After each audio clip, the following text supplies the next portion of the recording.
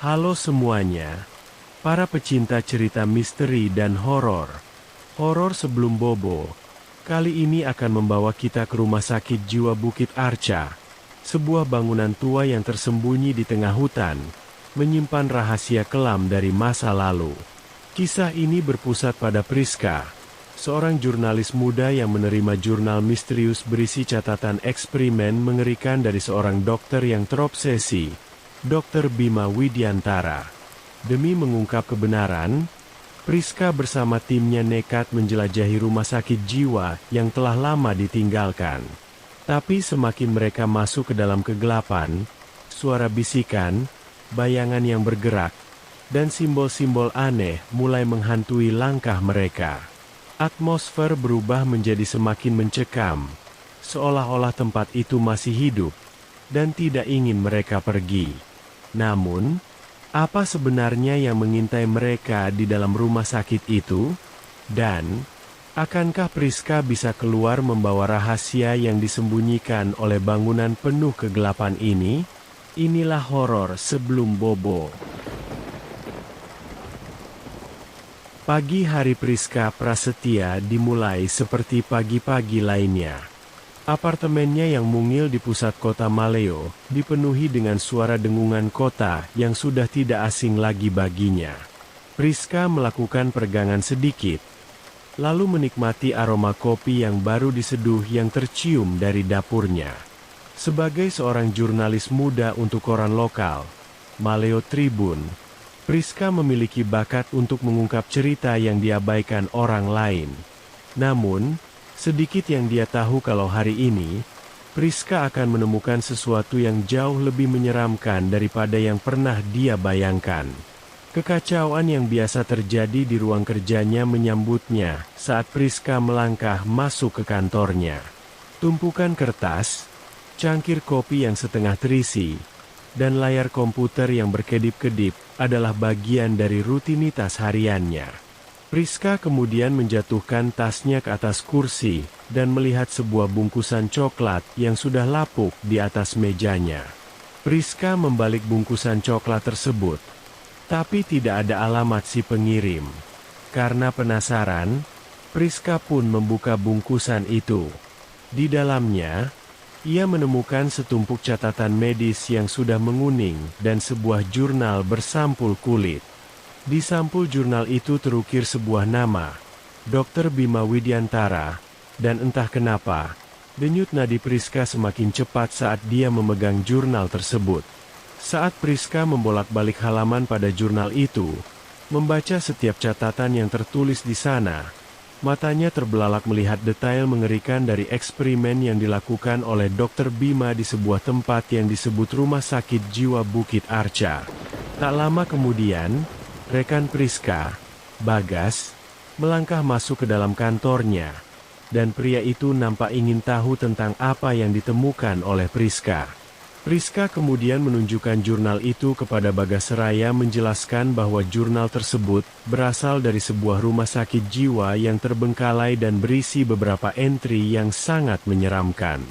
Ekspresi Bagas yang tadinya riang, tiba-tiba berubah menjadi serius saat dia memeriksa setiap halaman-halamannya, lalu bertanya siapa yang mengirimkan hal itu kepada Priska. Sambil meneliti dokumen-dokumen itu, Priska mengakui bahwa dia tidak tahu. Namun, dia berpikir kalau mereka perlu mencari tahu lebih banyak tentang tempat itu. Rumah Sakit Jiwa Bukit Arca, yang sepertinya menyimpan beberapa rahasia gelap. Priska kemudian membaca dokumen-dokumen itu lebih lanjut, menemukan catatan tentang prosedur medis yang mengerikan dan eksperimen yang mengaburkan batas antara ilmu pengetahuan dan kegilaan. Jurnal tersebut merinci pekerjaan Dr. Bima Widiantara, seorang psikiater yang pernah dihormati, yang begitu terobsesi untuk menyembuhkan penyakit mental, yang kemudian membawa sang dokter ke jalan yang tidak bisa kembali. Priska mengerutkan keningnya saat dia membaca entry terakhir dalam jurnal Dr. Bima yang menarik perhatiannya. 13 April 1947. Pekerjaan saya hampir mencapai puncaknya. Mereka menyebut saya gila, tapi sesungguhnya merekalah yang tidak mengerti. Rahasia pikiran ada dalam genggaman saya. Bukit Arca akan dikenang bukan sebagai tempat horor, tapi sebagai tempat kelahiran era baru dalam psikiatri. Keingintahuan Priska semakin bertambah setelah membaca entry tersebut, dan bertanya-tanya mengenai eksperimen Dr. Bima. Bagas lantas memperingatkan kalau Dr. Bima kerap melakukan eksperimen mengerikan kepada para pasiennya. Jika dilihat dari catatan-catatan medis yang mereka dapatkan, tapi hal itu malah membuat Priska merasakan campuran antara kegembiraan dan ketakutan saat dia berbagi pemikirannya dengan Bagas. Priska mengatakan kalau mereka harus pergi ke rumah sakit jiwa Bukit Arca untuk menyelidiki apa yang sebenarnya terjadi di tempat itu.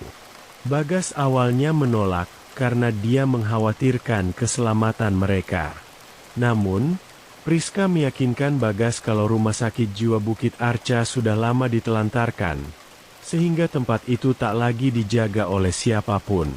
Selain itu, Priska yang telah berteman dengan Bagas sejak mereka kuliah di kampus yang sama, memahami kalau jauh di dalam lubuk hatinya, Bagas pasti juga sangat penasaran dengan rumah sakit jiwa Bukit Arca. Karena Bagas tidak bisa menolak petualangan yang bagus, dia pun akhirnya setuju untuk menemani Priska ke rumah sakit jiwa Bukit Arca. Bagas kemudian pergi ke kantornya untuk menyelidiki tentang rumah sakit jiwa Bukit Arca, meninjau lokasinya secara virtual, dan juga mencari tahu tentang pemilik properti tersebut saat ini, karena Bagas tak ingin mereka terlibat masalah. Di sisi lain, Priska lantas menyalakan komputernya, dan mulai mencari tahu semua hal tentang Dr. Bima Widyantara yang kontroversial. Malam harinya, Priska mengumpulkan seluruh timnya di kantor mereka yang sempit, dan mulai menyusun rencana. Selain Bagas, Priska juga mengajak Sarah, seorang pekerja magang yang memiliki bakat dalam bidang penelitian, dan Komar, seorang ahli teknologi yang dapat menangani segala jenis gadget atau sistem keamanan. Priska kemudian menyebarkan dokumen-dokumen tentang Dr. Bima, dan juga catatan-catatan medis di atas meja, seraya menjelaskan kepada timnya bahwa mereka akan pergi ke rumah sakit jiwa Bukit Arca, yang telah ditinggalkan selama bertahun-tahun. Dengan ekspresi wajah yang serius, Priska menekankan perlunya mencari tahu apa yang terjadi di rumah sakit jiwa itu, mengisyaratkan bahwa jurnal Dr. Bima menunjukkan beberapa hal yang cukup kacau dan mengerikan. Sarah yang sedang meneliti dokumen-dokumen itu nampak semangat sekaligus gugup, sementara Komar berkomentar kalau penyelidikan mereka di sana mungkin akan terasa seperti uji nyali di acara-acara televisi. Mendengar hal itu, Priska lantas tersenyum, dan berkata pada timnya kalau hal itu akan menjadi cerita yang sangat bagus untuk berita di tajuk utama koran mereka. Setelah mempertimbangkan banyak hal, Priska dan timnya memutuskan untuk berangkat saat fajar. Saat mereka berpencar dan pulang ke rumah mereka untuk bersiap-siap, Priska tidak dapat menghilangkan perasaan bahwa mereka akan menghadapi sesuatu yang jauh lebih berbahaya daripada yang mereka perkirakan. Namun, sensasi untuk mengungkap kebenaran terlalu kuat untuk ditolak. Apalagi jika di balik kebenaran itu tersimpan rahasia kelam yang mengerikan. Malam itu, Priska duduk di tempat tidurnya, dengan jurnal Dr. Bima yang digenggam di tangannya. Priska tidak bisa menahan diri untuk tidak merasa merinding saat membaca kata-kata Dr. Bima. Dia bertanya-tanya apa yang mendorong seorang ilmuwan bertindak ekstrim, dan kengerian apa yang menanti mereka di rumah sakit jiwa Bukit Arca. Saat rasa kantuk mulai menghinggapinya, Priska pun meletakkan jurnal itu di atas meja kerja, dan mematikan lampu, bersiap untuk tidur. Pikirannya masih berpacu dengan pikiran-pikiran tentang petualangan yang akan datang. Tapi dia tahu kalau dia harus segera mengistirahatkan tubuh dan pikirannya untuk menghadapi tantangan-tantangan, dan mungkin juga bahaya, yang akan dihadapinya di rumah sakit jiwa Bukit Arca. Saat Priska akhirnya tertidur, Suara sirene di kejauhan dan cahaya lembut lampu kota di luar jendelanya nampak memudar dan menghilang dalam kegelapan. Hingga akhirnya hanya menyisakan sesuatu yang tidak menyenangkan tentang rumah sakit jiwa yang membayangi mimpinya. Fajar menyingsing dengan cahaya berkabut dan kelabu saat Priska dan timnya mengemasi barang-barang mereka di mobil van kantor. Perjalanan menuju rumah sakit jiwa Bukit Arca sangat panjang dan berliku, membawa mereka melewati hutan lebat dan jalan setapak yang terbengkalai yang nampaknya membentang tanpa ujung. Meskipun atmosfer yang menyelimuti perjalanan mereka penuh dengan antisipasi dan sedikit rasa takut, tapi Priska mencoba untuk menjaga suasana hati mereka tetap ringan dan ceria dengan melontarkan beberapa lelucon tentang kunjungan lapangan mereka. Menanggapi lelucon tersebut, Bagas dan yang lainnya terkekeh gugup, berusaha menutupi kegelisahan mereka sendiri. Setelah menempuh perjalanan selama beberapa jam, rumah sakit jiwa itu akhirnya terlihat dari kejauhan. Sebuah bangunan besar yang tersembunyi jauh di dalam hutan. Fasadnya yang dulunya megah kini menjadi reruntuhan yang runtuh dan ditumbuhi tanaman rambat. Jendela-jendelanya pecah, dan gerbang depan tergantung longgar dingselnya. Berderit setiap kali ada hembusan angin. Tempat itu memiliki keheningan yang menakutkan dan hampir terasa yang membuat semua orang gelisah. Komar yang baru saja turun dari mobil, lantas mengomentari suasana yang ceria itu dengan sedikit sarkasme, berusaha menyembunyikan ketidaknyamanannya. Berdiri di depan rumah sakit jiwa, Priska merasakan bulu kuduknya merinding. Dia hampir bisa mendengar bisikan-bisikan masa lalu, tangisan orang-orang yang pernah menyebut tempat itu sebagai rumah. Dengan penuh tekad, dia memimpin jalan, mendorong pintu kayu berat yang mengerang protes. Bagian dalam rumah sakit jiwa itu bahkan jauh lebih mencekam. Tempat itu sangat berdebu. Bahkan setiap kali mereka melangkah, debu-debu itu seolah-olah menari-nari mengikuti gerakan mereka. Cahaya matahari yang masuk melalui lubang-lubang pada dinding dan jendela-jendela yang pecah tak banyak membantu mengurangi suasana mencekam di tempat itu. Belum lagi udara yang kental dengan aroma jamur dan pembusukan yang masih begitu menyengat meskipun sudah bertahun-tahun berlalu sejak rumah sakit jiwa itu ditempati. Sinar senter Priska menembus kegelapan, memperlihatkan koridor-koridor panjang yang penuh bayangan dan pintu-pintu yang terbuka. Dia mengingatkan timnya untuk tetap bersama dan tetap waspada saat mereka bergerak dengan hati-hati menyusuri lorong gelap dan senyap, membuat langkah kaki mereka bergema dengan tidak menyenangkan. Saat mereka berjalan lebih jauh, keheningan di sekitar mereka tiba-tiba dipecahkan oleh suara-suara aneh di kejauhan, gemerisik kertas yang samar-samar, derit kayu tua, dan apa yang terdengar seperti bisikan samar-samar. Ketika mereka masuk lebih dalam ke dalam rumah sakit jiwa itu, atmosfernya terasa semakin mencekam. Dinding-dindingnya dipenuhi dengan wallpaper yang mengelupas, dan simbol-simbol aneh yang sudah pudar dicoret-coret di atasnya. Priska berhenti sejenak untuk mengamati salah satu simbol. Sebuah desain melingkar dan bengkok yang nampak berdenyut dengan energi yang menyeramkan. Sarah, yang terlihat bingung, bertanya-tanya apakah ada yang tahu mengenai arti dari simbol-simbol itu. Priska mengakui bahwa dia tidak tahu, tapi dia merasa yakin bahwa simbol itu bukanlah grafiti biasa yang ditulis hanya karena iseng.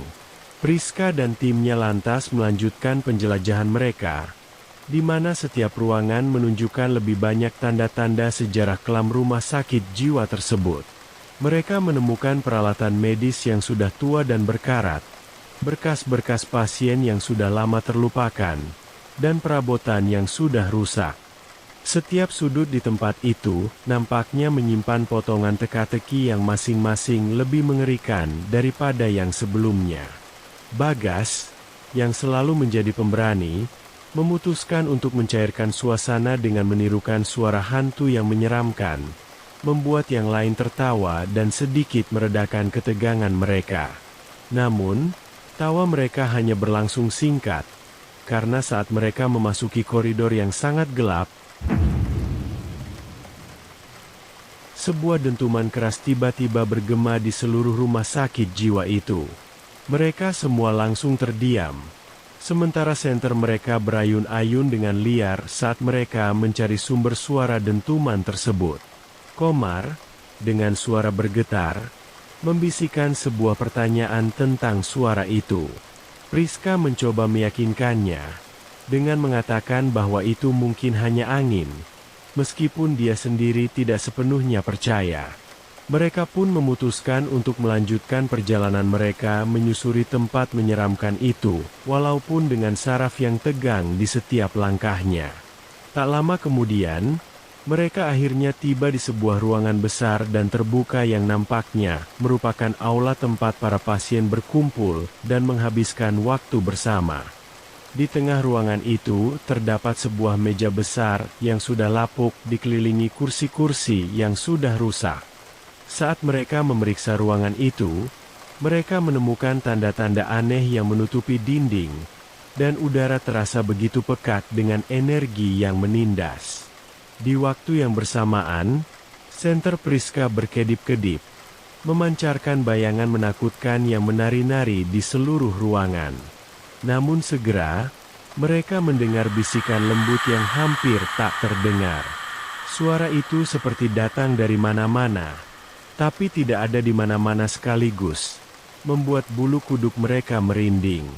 Sarah, dengan suara yang nyaris tak terdengar, nampak gemetar ketakutan saat dia bertanya apakah mereka mendengar suara itu. Priska mengangguk seraya mencoba menentukan sumber bisikan itu. Priska memandang ke sekeliling ruangan, tapi dinding-dinding itu seolah-olah berbicara kepada mereka dari semua sisi untuk berbagi rahasia yang telah terkubur selama beberapa dekade. Mereka pun terus berjalan melintasi ruangan itu, sementara rasa gelisah mereka semakin bertambah di setiap langkah. Ketika mereka mendekati ujung ruangan, sinar senter Priska menangkap sesuatu yang tidak biasa. Sebuah pintu yang sedikit terbuka, dengan cahaya yang merembes melalui celahnya. Itu adalah tanda kehidupan pertama yang mereka lihat di rumah sakit jiwa itu. Bagas, yang keberaniannya mulai memudar, bertanya-tanya dengan gugup apakah mereka harus memeriksanya. Priska mengangguk dan berinisiatif mendorong pintu itu hingga terbuka. Ruangan di balik pintu itu terlihat lebih kecil dan berantakan, penuh dengan buku-buku tua dan perlengkapan medis. Di dinding terdapat sebuah simbol besar dan rumit yang mirip dengan simbol yang mereka lihat sebelumnya, tapi lebih detail dan mengancam. Ketika Priska melangkah lebih dekat untuk memeriksanya, tiba-tiba sebuah benturan keras menggema di seluruh rumah sakit jiwa, diikuti oleh suara langkah kaki yang tergesa-gesa. Priska dan timnya seketika merasakan jantung mereka berdegup kencang saat mereka berbalik menghadapi kegelapan di belakang mereka, dan berusaha mengarahkan senter mereka menembus kegelapan. Komar berbisik bahwa ada seseorang di sana. Ketakutan terdengar jelas dalam suaranya. Sementara Priska, yang suaranya tetap tenang meskipun adrenalin mengalir di pembuluh darahnya, lantas mendesak mereka untuk tetap dekat dan bersiap-siap untuk menghadapi apapun yang akan datang. Dengan kewaspadaan tinggi, Priska dan timnya berdiri saling berdekatan, menunggu apapun, atau siapapun, yang akan muncul dari kegelapan yang ada di hadapan mereka. Bersamaan dengan itu, mereka dapat merasakan kalau rumah sakit jiwa itu nampak hidup di sekitar mereka. Dinding-dindingnya membisikkan rahasia dan bayangan-bayangan yang bergerak mengancam. Priska dan timnya tahu bahwa mereka tidak sendirian, dan kengerian rumah sakit jiwa Bukit Arca yang sebenarnya baru saja mulai terungkap. Setelah Priska dan timnya menunggu cukup lama, tidak ada apapun yang datang dari kegelapan itu, dan bisikan-bisikan misterius perlahan-lahan menghilang. Mereka pun memutuskan untuk melanjutkan penyelidikan mereka. Tanpa mereka sadari, Matahari telah terbenam sepenuhnya di bawah cakrawala, memancarkan bayangan panjang yang menakutkan di atas struktur rumah sakit jiwa Bukit Arca yang mulai lapuk. Priska dan timnya pun bersiap menghadapi malam yang panjang. Siang hari sudah cukup meresahkan dengan suara-suara misterius yang entah dari mana datangnya. Tapi mereka dapat merasakan kalau atmosfer di tempat itu mulai berubah dengan datangnya kegelapan, yang kehadirannya terasa sangat tidak menyenangkan dan semakin mengancam. Priska dan timnya kemudian mendirikan markas mereka di aula itu, satu-satunya area yang cukup luas untuk menampung mereka semua. Priska, yang menjadi pemimpin, mencoba untuk menjaga suasana tetap ringan dengan membuat lelucon tentang akomodasi mewah mereka. Terlepas dari usahanya, ketegangan tetap terasa. Udara malam terasa begitu berat dan dingin, seolah-olah sedang menekan mereka dari segala sisi. Karena mereka harus segera melanjutkan penyelidikan, Priska pun menyarankan agar mereka berpencar secara berpasangan dan tetap berhubungan melalui walkie-talkie, dengan instruksi untuk segera menelepon jika ada sesuatu yang aneh terjadi. Komar berpasangan dengan Sarah, sementara Bagas tetap berada di dekat Priska. Mereka semua sepakat untuk bertemu kembali di aula itu dalam 1 jam. Komar dan Sarah memilih untuk menyelidiki lantai atas, sementara Priska dan Bagas memutuskan untuk melanjutkan penyelidikan mereka di lantai bawah, karena di sana masih terdapat banyak ruangan yang harus mereka periksa satu persatu. Dengan anggukan dari Priska sebagai isyarat, mereka pun melanjutkan penyelidikan dengan berjalan menyusuri lorong-lorong yang gelap gulita, sementara senter yang mereka bawa memancarkan sinar yang menakutkan dan berkedip-kedip. Ketika mereka bergerak lebih jauh ke dalam rumah sakit jiwa itu, suara-suara aneh mulai terdengar lagi, bahkan intensitasnya semakin meningkat. Bisikan-bisikan samar yang mereka dengar sebelumnya nampak semakin keras dan mendesak. Bayangan-bayangan menari-nari di sepanjang dinding, bergerak dengan cara yang sulit dijelaskan. Jantung Priska berdebar-debar saat dia dan Bagas berjalan melewati serangkaian koridor yang sempit dan berkelok-kelok. Bagas bertanya-tanya apakah hantu-hantu itu nyata. Suaranya berbisik, nyaris tak terdengar di tengah kebisingan bangunan tua itu. Priska, yang berusaha tampil lebih berani dari yang dia rasakan, menanggapi dengan ketidakpastian, tapi di waktu yang bersamaan, dia juga meminta Bagas untuk tetap fokus. Sementara itu, Komar dan Sarah yang pergi ke lantai atas menemukan diri mereka berada di sebuah ruangan besar yang nampak seperti bangsal para pasien dengan rangka tempat tidur berkarat dan kasur yang sudah lapuk berserakan. Saat mereka memeriksa ruangan itu, mereka tiba-tiba mendengar senandung lembut yang hampir merdu, yang berasal dari sudut-sudut ruangan yang gelap, membuat Komar dan Sarah seketika membeku, dan merasakan kengerian intens yang merayapi sekujur tubuh mereka ketika udara tiba-tiba menjadi dingin. Di waktu yang bersamaan, sekelebat bayangan putih muncul dari kegelapan disertai dengan lolongan hantu yang menakutkan. Komar dan Sarah yang ketakutan berusaha melarikan diri dari sana, tapi secara mengejutkan, pintu ruangan itu menutup dengan sendirinya dan mengunci mereka di dalam sana. Di sisi lain, Priska dan Bagas dikejutkan dengan suara bantingan pintu yang sangat keras dari lantai atas, sehingga mereka langsung menghubungi Komar dan Sarah melalui walkie-talkie. Priska juga mencoba menelepon mereka, tapi tak ada tanggapan, sehingga mereka pun bergegas ke lantai atas untuk memeriksa keadaan. Setibanya di sana, Priska dan Bagas menemukan kalau seluruh ruangan di lantai atas terkunci dan digembok dengan rantai yang sangat kuat, dan tidak ada tanda-tanda keberadaan orang lain selain mereka berdua. Priska dan Bagas pun saling berpandangan dalam ketakutan, bertanya-tanya kenapa perginya Komar dan Sarah, tanpa sedikit pun menyadari kalau Komar dan Sarah tengah terkurung di dalam salah satu dari ruangan itu, berusaha meminta pertolongan dengan berteriak dan menggedor-gedor pintu. Bagas menyarankan agar mereka segera pergi dari sana dan meminta bantuan, Tapi Priska bersikeras untuk tetap tinggal karena dia merasa yakin kalau Komar dan Sarah masih berada di rumah sakit jiwa itu, walau entah di mana. Bagas yang tak ingin meninggalkan Priska sendirian, lantas menekankan kepada Priska kalau prioritas mereka saat ini adalah menemukan Komar dan Sarah. Priska pun mengangguk paham dan mereka pun mulai menyusuri lorong demi lorong di lantai atas, sambil terus berusaha menghubungi Komar dan Sarah. Bagas yang berjalan di belakang Priska, seketika menoleh saat merasakan kehadiran seseorang di belakangnya.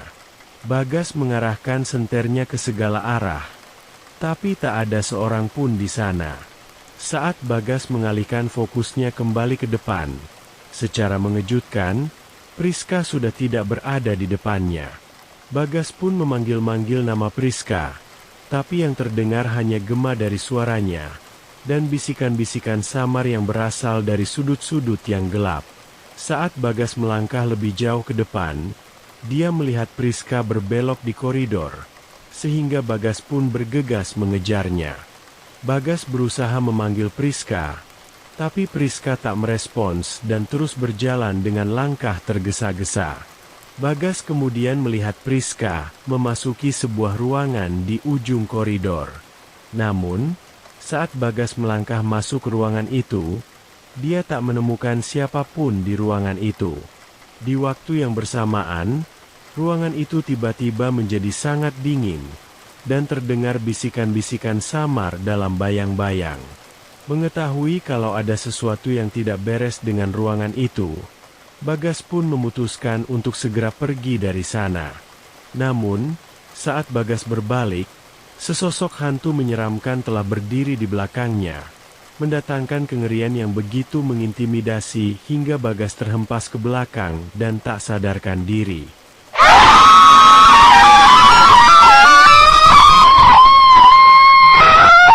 Di sisi lain, Priska yang terus mendengar suara-suara aneh dan bisikan-bisikan samar sepanjang perjalanannya menyusuri koridor, baru menyadari kalau Bagas telah menghilang entah kemana. Priska merasa yakin kalau Bagas, beberapa menit yang lalu, masih ada di belakangnya karena dia bisa mendengar langkah kakinya. Bahkan Bagas juga merespons saat dia memanggilnya. Namun, saat Priska menoleh ke belakang, tak ada siapapun di belakangnya, dan Bagas telah menghilang entah kemana. Priska berusaha menghubungi Bagas melalui walkie-talkie, tapi tidak mendapat tanggapan apapun. Priska juga telah mencoba menelepon Bagas dan yang lainnya, tapi ponsel mereka mati. Priska pun menjadi semakin panik dan ketakutan, apalagi bisikan-bisikan itu terdengar semakin jelas. Tapi sosok-sosoknya tak sekalipun menampakkan diri. Dengan hanya mengandalkan cahaya senternya, Priska tak memiliki pilihan selain terus berjalan menembus kegelapan, dan berusaha menemukan teman-temannya. Bagas dan yang lainnya tak mungkin meninggalkannya sendirian, atau menghilang begitu saja. Priska merasa yakin kalau sesuatu yang buruk telah terjadi pada mereka, sehingga dia pun bertekad untuk menyingkirkan rasa takutnya, dan bersiap menghadapi apapun yang menghadangnya, sekalipun hal itu membahayakan nyawanya, demi menyelamatkan teman-temannya. Saat malam semakin mencengkeram rumah sakit jiwa Bukit Arca, Priska tiba-tiba mendapati dirinya berada sendirian di sebuah ruangan yang remang-remang, dengan lentera tua yang memancarkan bayangan lemah dan berkedip-kedip yang tampak menari-nari mengancam di dinding. Keheningan terasa begitu menindas, sementara satu-satunya suara yang terdengar hanyalah derit dan erangan bangunan yang membusuk di kejauhan. Bertekad untuk mengungkap rahasia rumah sakit jiwa itu dan menemukan timnya yang hilang, Priska pun telah bersiap untuk menjelajah lebih dalam ke dalam kegelapan. Saat Priska menyusuri koridor-koridor yang menakutkan, ia menemukan sebuah pintu kayu yang berat dan sedikit terbuka. Priska yang penasaran lantas mendorong pintu itu hingga terbuka, dan menemukan sebuah ruang arsip yang nampak cukup terawat jika dibandingkan dengan ruang-ruang lain di rumah sakit jiwa tersebut. Priska masuk ke ruangan itu dan menemukan rak-rak yang dipenuhi dengan rekaman-rekaman lama, jurnal, dan juga catatan medis. Di waktu yang bersamaan, Priska dapat merasakan kalau jantungnya berdebar-debar, dengan perasaan takut dan senang, saat menyadari bahwa ia telah menemukan harta karun berupa informasi. Priska kemudian mengambil salah satu jurnal kulit yang sudah usang, dan menemukan nama, Dr. Bima Widyantara, terukir di sampulnya. Ketika Priska mulai membaca jurnal itu, dia merasa ngeri dengan catatan rinci dan mengerikan tentang eksperimen kejam yang dilakukan oleh sang dokter. Rupanya Dr. Bima sangat terobsesi untuk menyembuhkan penyakit mental, yang mana hal itu malah mendorongnya untuk melakukan prosedur yang tidak manusiawi pada para pasiennya. Priska seketika merasakan bulu kuduknya merinding saat dia membaca tentang pengobatan ekstrim yang dilakukan oleh Dr. Bima kepada para pasiennya, seperti terapi kejut listrik yang didorong ke tingkat yang berbahaya, obat-obatan eksperimental yang menimbulkan halusinasi mimpi buruk, dan operasi yang membuat pasien terluka baik secara fisik maupun mental. Priska tak dapat membayangkan penderitaan yang harus dialami oleh para pasien Dr. Bima yang tak sedikit pun menyadari kalau mereka adalah subjek dari eksperimen gila yang dilakukan oleh sang dokter. Semakin jauh Priska membaca jurnal itu, semakin dia memahami kedalaman kengerian yang telah terjadi di dalam tembok-tembok rumah sakit jiwa tersebut. Tulisan-tulisan Dr. Bima di jurnal itu sangat klinis, tanpa empati sama sekali, yang mana hal itu juga mengungkapkan kalau Dr. Bima adalah seorang pria berhati dingin yang telah dikuasai sepenuhnya oleh obsesi gilanya. Di rak terdekat, Priska menemukan sebuah proyektor tua dan gulungan film tua. Masing-masing diberi label dengan tanggal dan nomor pasien. Setelah beberapa usaha, Priska akhirnya berhasil membuat proyektor tua itu berfungsi. Rekaman hitam putih yang kasar mulai diputar di dinding, menunjukkan pasien yang terkekang dan ketakutan saat mereka menjadi sasaran metode brutal Dr. Bima. Teriakan kesakitan dan permohonan belas kasihan mereka bergema di ruangan yang sunyi, membuat darah Priska seketika membeku, seolah-olah ia juga dapat merasakan penderitaan mereka. Diliputi oleh rasa ingin tahu, untuk mengungkap kebenaran, Priska pun duduk dalam keheningan yang mencekam sambil mengumpulkan setiap potongan teka-teki yang menyelimuti rumah sakit jiwa Bukit Arca, lalu menyusunnya menjadi sebuah kebenaran yang mengerikan. Bisikan-bisikan dan bayangan-bayangan yang mereka temui di sana ternyata bukan hanya fenomena supranatural biasa, melainkan manifestasi dari arwah para pasien yang terperangkap di rumah sakit jiwa itu, yang mencari keadilan atas penderitaan yang mereka alami. Priska yang bertekad untuk membantu arwah-arwah gelisah tersebut, lantas memutuskan terus menjelajahi ruang arsip itu, dan memeriksa lebih banyak arsip untuk mengumpulkan informasi. Di sudut ruangan, Priska menemukan lebih banyak jurnal, yang masing-masing merinci perkembangan eksperimen gila Dr. Bima pada para pasiennya. Ada satu entry yang cukup menonjol. 5 Desember 1946, para pasien tidak memahami pentingnya pekerjaan saya. Mereka menolak, mereka melawan, tetapi mereka tidak melihat bahwa saya berusaha menyelamatkan mereka. Prosedurnya keras. Ya, tetapi perlu. Saya hampir mencapai sebuah terobosan. Saya bisa merasakannya.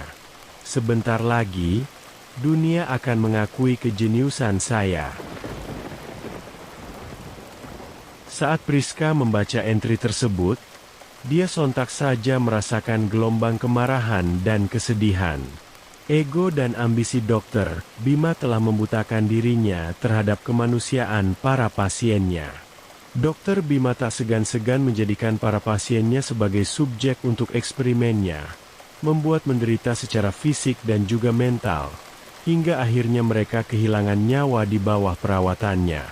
Ketika Priska menggali lebih dalam, ia menemukan surat-surat dari keluarga pasien yang memohon informasi tentang orang yang mereka cintai. Banyak dari surat-surat tersebut tidak terjawab, dan keluarga-keluarga tersebut tidak tahu nasib sebenarnya dari orang-orang yang telah dikirim ke rumah sakit jiwa Bukit Arca. Priska tahu bahwa ia harus mengungkap kebenaran yang sesungguhnya dan membaginya dengan dunia, karena arwah para pasien berhak mendapatkan keadilan, dan kengerian eksperimen Dr. Bima harus diungkap. Priska pun bergegas mengumpulkan sebanyak mungkin dokumen dan rekaman yang bisa dibawanya. Bertekad untuk keluar dari rumah sakit jiwa dalam keadaan hidup dan menceritakan kisah mereka. Saat Priska bersiap untuk meninggalkan ruang arsip, tiba-tiba angin dingin berhembus kencang, dan seketika memadamkan lentera. Kegelapan menyelimuti sekelilingnya, dan di waktu yang bersamaan, Priska merasakan sebuah kehadiran, atau mungkin banyak kehadiran, yang mengawasinya di kegelapan. Bisikan-bisikan itu terdengar semakin keras, tapi sekarang mereka tidak terlalu mengancam. Hampir seperti putus asa. Priska menyadari bahwa roh-roh itu mendesaknya untuk mengungkap kebenaran. Priska pun mengetahui kalau arwah-arwah yang gelisah itu ingin kisah mereka diketahui, dan penderitaan mereka diakui oleh dunia. Sambil menarik napas dalam-dalam, Priska mendekap jurnal dan rekaman itu di dadanya, lalu berjalan kembali ke aula.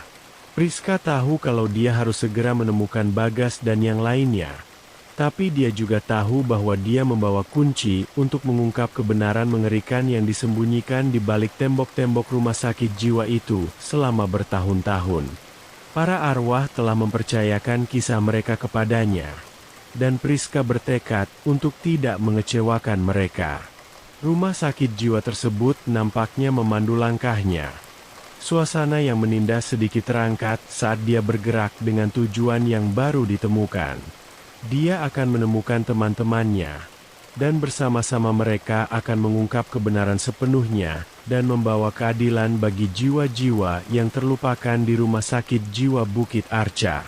Saat cahaya fajar pertama merembes masuk melalui jendela-jendela rumah sakit jiwa Bukit Arca yang retak, dan memancarkan cahaya menakutkan di bagian dalam yang mulai membusuk, Priska tahu bahwa ia harus bertindak cepat. Setibanya di aula, Priska lantas membentangkan dokumen-dokumen dan jurnal-jurnal yang telah ia kumpulkan, sambil berbicara dengan lantang, berharap arwah-arwah itu dapat mendengarnya. Priska berjanji kepada mereka bahwa dia akan mengungkapkan kengerian eksperimen Dr. Bima kepada dunia.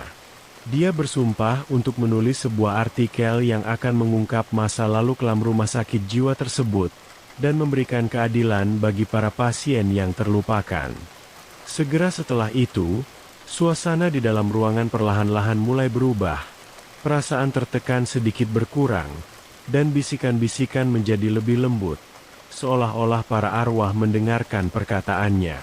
Priska merasakan kelegaan, tapi dia tahu bahwa bahaya belum sepenuhnya berakhir. Arwah Dr. Bima masih mengintai di kegelapan, dan Priska tahu kalau dia harus segera melarikan diri dari tempat itu. Tiba-tiba, angin dingin berhembus dengan sangat kencang ke seluruh ruangan, dan seketika memadamkan cahaya lentera. Priska merasakan hawa dingin menjalar di tulang punggungnya. Suhu udara menurun drastis, dan Priska merasakan kehadiran seseorang di belakangnya. Saat dia berbalik perlahan, Priska melihat samar-samar sosok hantu Dr. Bima. Matanya bersinar dengan cahaya jahat, dan ekspresi wajahnya menyiratkan kemurkaan dan kebencian yang begitu besar. "Kamu tidak akan pernah bisa pergi dari sini." Sosok hantu itu mengeluarkan suara seperti berbisik, tapi suaranya bergema dalam kegelapan. "Pekerjaanku harus dilanjutkan agar dunia memahami kejeniusanku." Kepanikan melanda Priska saat dia berusaha meraih dokumen dan rekaman-rekaman itu. Priska berusaha melarikan diri, tapi hantu itu menghalangi jalannya dengan menutup pintu di depannya. Sambil mengumpulkan keberaniannya, Priska tetap berlari menuju pintu dan berusaha membuka pintu itu sambil memegangi barang-barang berharganya. Terkejutnya, pintu itu tiba-tiba terbuka seolah-olah ada kekuatan tak kasat mata yang membantunya. Priska pun bergegas meninggalkan ruangan itu, Tapi arwah Dokter Bima mengikutinya, bergerak dengan kecepatan yang tidak wajar. Jantung Priska berdegup kencang saat dia berlari melewati lorong-lorong gelap.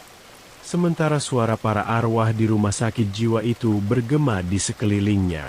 Di waktu yang bersamaan, Priska dapat merasakan arwah Dokter Bima mendekat karena udara menjadi semakin dingin di setiap langkahnya. Priska kemudian berbelok dan berlari menyusuri koridor. Sementara pikirannya berpacu mencari jalan keluar. Senternya berkedip-kedip, memancarkan sinar yang tidak menentu, yang nyaris tidak menerangi jalannya. Namun, keputusasaan mendorongnya untuk terus maju, dan janji yang telah ia ucapkan kepada para arwah semakin menguatkan tekadnya untuk keluar dari tempat itu. Ketika Priska mendekati lobi utama, dia bisa mendengar bisikan-bisikan yang semakin keras lagi, yang kali ini menyemangatinya. Roh-roh para pasien sepertinya membimbing Priska, dan menunjukkan jalan keluar. Dengan satu ledakan energi terakhir, Priska akhirnya berhasil mencapai pintu utama dan mendorongnya sekuat tenaga hingga terbuka. Sinar pertama cahaya pagi membanjiri tempat itu, mengusir kegelapan. Priska terus berlari keluar, hingga dia tersandung dan terengah-engah. Priska kemudian menoleh ke belakang dan melihat arwah Dokter Bima memudar ke dalam bayang-bayang, tidak dapat meninggalkan batas-batas rumah sakit jiwa itu. Priska dapat mendengar kalau bisikan-bisikan di sekitarnya menjadi semakin samar, digantikan oleh suara-suara hutan yang terbangun. Kelegaan menyelimutinya saat Priska menyadari bahwa dia telah berhasil keluar. Dia telah lolos dari cengkeraman arwah Dokter Bima dan berhasil selamat dari kengerian rumah sakit jiwa Bukit Arca. Segera setelah itu, Bagas dan yang lainnya berjalan keluar dari tempat itu, dan mereka nampak lega saat mereka akhirnya berkumpul kembali dengan Priska. Di sisi lain, Priska juga nampak begitu lega saat mengetahui kalau teman-temannya berhasil selamat. Bagas dan yang lainnya lantas menjelaskan kepada Priska mengenai pengalaman supranatural mereka sebelum Priska menyadari kalau mereka telah menghilang.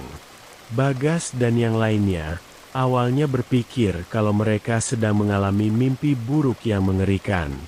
Tapi saat mereka terbangun, mereka menemukan kalau mereka masih berada di rumah sakit jiwa Bukit Arca, sehingga mereka pun bergegas mencari keberadaan Priska. Hingga akhirnya mereka berhasil keluar dari tempat mengerikan itu. Priska kemudian menjelaskan secara singkat kepada mereka mengenai eksperimen mengerikan yang dilakukan oleh Dokter Bima sambil menunjukkan semua dokumen dan rekaman yang telah berhasil ia dapatkan dari ruang arsip. Mendengar hal itu, Bagas dan yang lainnya nampak lega sekaligus bahagia, karena penyelidikan mereka tak berakhir sia-sia. Sambil menggenggam erat dokumen dan rekaman itu, Priska tahu bahwa dia harus menepati janjinya. Setelah itu, saat Priska kembali ke apartemennya, dia tidak membuang-buang waktu lagi untuk segera menepati janjinya. Priska langsung menyalakan laptopnya dan menghabiskan waktu berjam-jam untuk meneliti materi dan menulis artikel terpenting dalam karirnya. Jari-jarinya bergerak melintasi keyboard saat dia merinci sejarah kelam rumah sakit jiwa Bukit Arca, eksperimen kejam Dokter Bima, dan penderitaan para pasien. Priska memasukkan semua hal yang dia temukan di rumah sakit jiwa Bukit Arca, dan bertekad untuk mengungkap kebenaran. Artikel yang berjudul, Rumah Sakit Jiwa yang Terlupa, mengungkap kengerian Bukit Arca, diterbitkan keesokan harinya. Artikel tersebut langsung menimbulkan sensasi, memicu kemarahan dan tuntutan untuk penyelidikan. Keluarga para korban akhirnya mendapatkan jawaban, dan publik merasa ngeri dengan pengungkapan tersebut. Priska dan timnya berhasil membawa keadilan bagi para pasien rumah sakit jiwa Bukit Arca yang terlupakan, dan arwah-arwah tersebut akhirnya menemukan kedamaian. Rumah sakit jiwa yang dulunya merupakan tempat yang mengerikan, kini menjadi simbol akan perlunya kasih sayang dan kemanusiaan dalam pengobatan penyakit mental. Saat Priska duduk di apartemennya, merenungkan cobaan yang dialaminya, ia merasakan sebuah kepuasan. Dia telah menghadapi ketakutannya, mengungkap kebenaran, dan menepati janjinya. Arwah-arwah di Rumah Sakit Jiwa Bukit Arca akhirnya bisa beristirahat. Begitu juga dengan dirinya. Berbulan-bulan telah berlalu sejak Priska mengungkap kebenaran itu, dan Rumah Sakit Jiwa Bukit Arca akhirnya ditutup untuk selamanya. Bangunan itu berdiri kosong, sebuah monumen yang membusuk atas kengerian yang pernah terjadi di dalam tembok-temboknya. Artikel Priska telah memicu gelombang perubahan dan reformasi dalam perawatan kesehatan mental yang sedang berlangsung. Priska mengungkap kebenaran dan membawa keadilan bagi jiwa-jiwa yang terlupakan di Bukit Arca. Namun, kisah mengerikan Rumah Sakit Jiwa Bukit Arca belum sepenuhnya berakhir.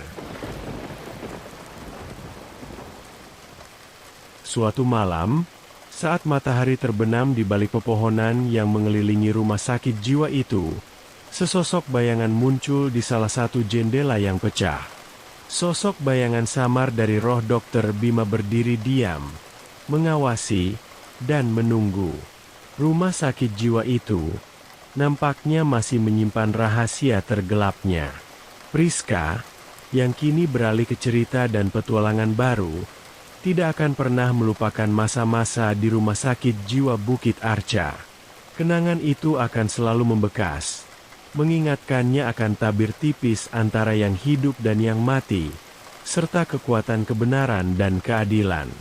Rumah Sakit Jiwa Bukit Arca mungkin telah ditinggalkan, tapi bayang-bayang masa lalunya tetap ada, dan menjadi saksi bisu dari teror yang belum sepenuhnya berakhir.